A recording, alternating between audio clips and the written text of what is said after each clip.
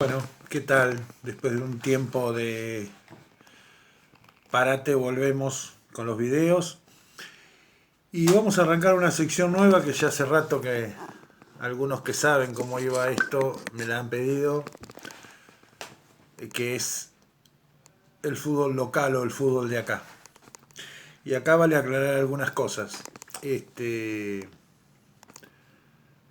Por esas cosas que hay en el fútbol en Argentina, no sé si en otros lugares es igual, el centralismo porteño que tanto nos hace enojar ha llamado al fútbol de que no es de Buenos Aires, sería de dos maneras bastante peyorativas, que es fútbol del interior, término que nunca entendí, interior, y asociarlo al fútbol, y una más bastante más fea, que es el fútbol, famoso fútbol chacarero. Y uno mira listas de equipos de Buenos Aires, los equipos de primera, y el 80% son jugadores venidos de esos lugares. Con lo cual alguna vez tendrán los porteños que pensar algún otro objetivo para el fútbol que no es de Buenos Aires. Pero dejando de lado la polémica, vamos a entrar en historias reales del fútbol que todos los días o todas las semanas vemos por estas zonas, o algunas historias que me han llegado de otras ciudades de alrededor, de otros pueblos. Y vale acotar siempre una cosa, en general son historias que pasaron. Creo que la diferencia radica muchas veces en cómo se cuenta según cómo cada uno la ha vivido.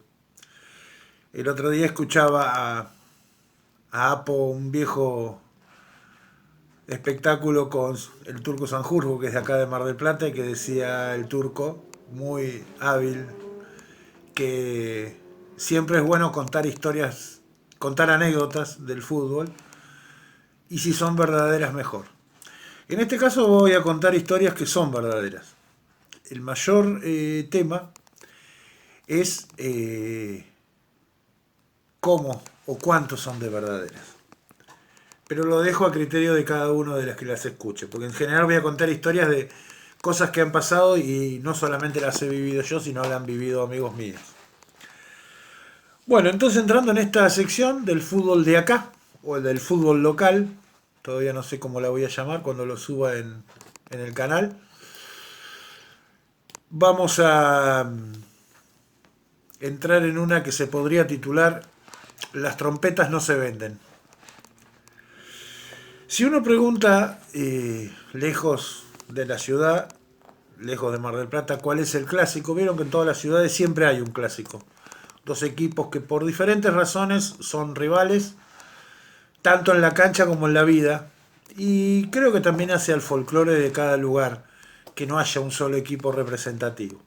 Si uno pregunta en Mar del Plata, hoy seguramente cualquiera que más o menos sabe algo de fútbol, les va a decir Alvarado o Aldo Civi, que en parte es cierto. Pero es un clásico muy extraño ese. Por eso también posiblemente tenga más valor. Primero que no es un clásico histórico.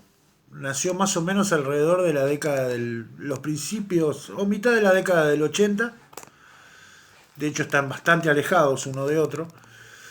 Y no duró más de 15 años porque el último clásico se jugó en el año 97. O sea, hace 23 años que el clásico no se juega, pero sigue siendo el clásico de la ciudad.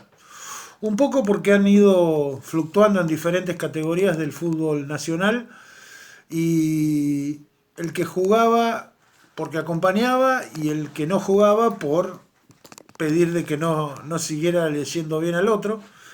La cosa es que es un clásico que tiene, ya les digo, no más de 15 años, 20 años como muy exagerado. El clásico histórico en Mar del Plata, creo que lo van a compartir, el clásico histórico es San Lorenzo Kimberley.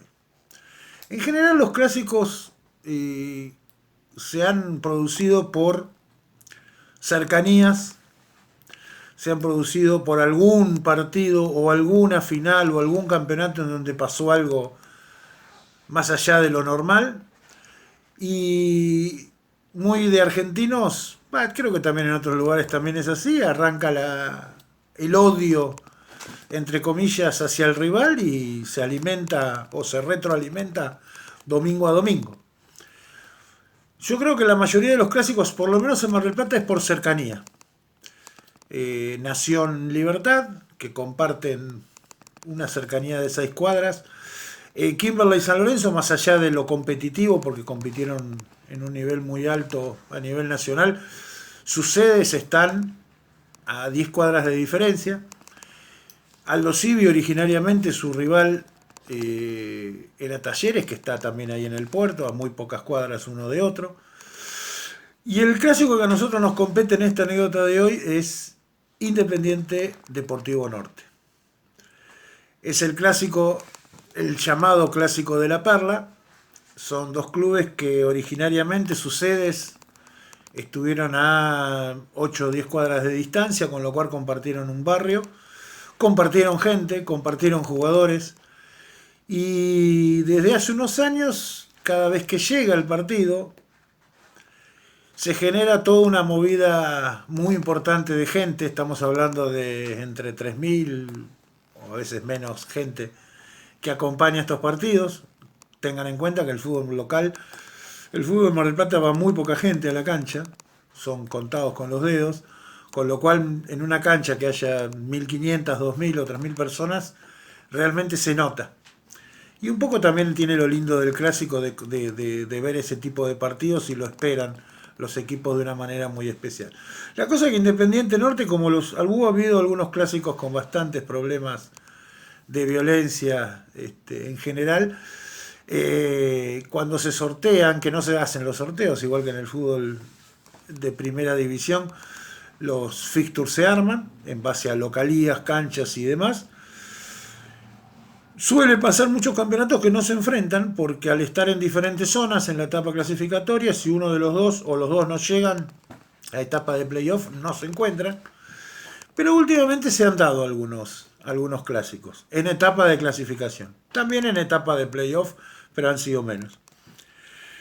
Del partido que voy a hablar es del año 2018, etapa clasificatoria. Venían los dos bastante bien posicionados en la tabla, con lo cual se veía que iba a venir mucha gente, que iba a concurrir mucha gente y le tocaba la localía a Norte. Se organizó un operativo muy, muy importante para evitar que se juntara la gente. Los de Independiente entraban por el Club Libertad, que es la villa deportiva que está pegada a Norte, y de ahí pasaban a uno de las puntas de la cancha. Los de Norte ingresábamos por el lugar que siempre ingresábamos y teníamos nuestros lugares relativamente asignados. Llegó mucha gente, hubo mucha gente en la cancha. Y como les decía, estos clásicos también se preparan desde los hinchas. Tanto una hinchada como la otra, que están bastante caracterizadas. La de Norte es la 90, no sé cómo se llama la de Independiente. Se habían preparado banderas, bombos, papelitos. Venían 3 radios a transmitir, que era todo un acontecimiento para el club, porque nunca, o muy pocas veces hay alguna radio transmitiendo un partido. Y los muchachos de la 90 de Norte habían, por amistad o por conocer, habían invitado a 4 trompetistas para que vinieran a hacer la música de la hinchada.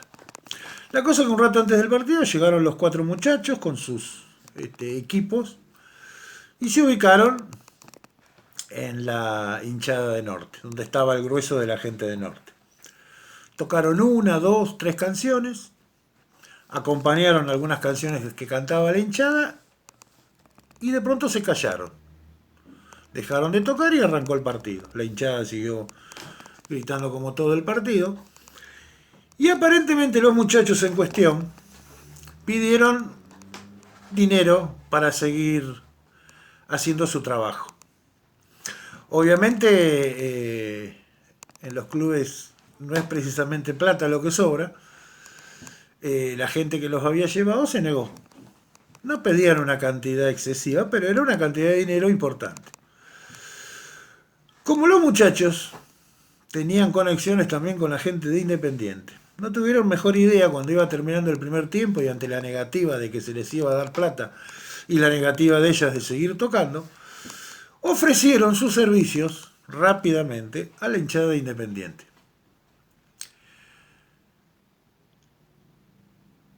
En el entretiempo cruzaron de sector, se podía, relativamente se podía, y cuando arrancó el segundo tiempo, a toda máquina, en la hinchada Independiente arrancaron con la marcha de las Malvinas. Creo que había sido por esos días el aniversario del 2 de abril ese año. Ahí los que no estábamos en la hinchada, que estábamos en otros lugares, nos dimos cuenta que había habido un cambio de escenario para los muchachos, porque las hinchadas seguían estando en su lugar.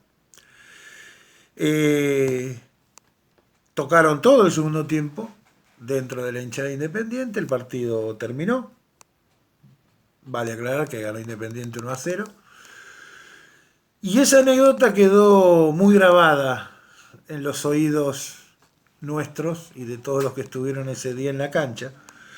Creo que se llegó a comentar en alguna radio local y en alguna radio cercana, porque nunca habíamos visto una cosa así. Buenas tardes, ¿cómo les va?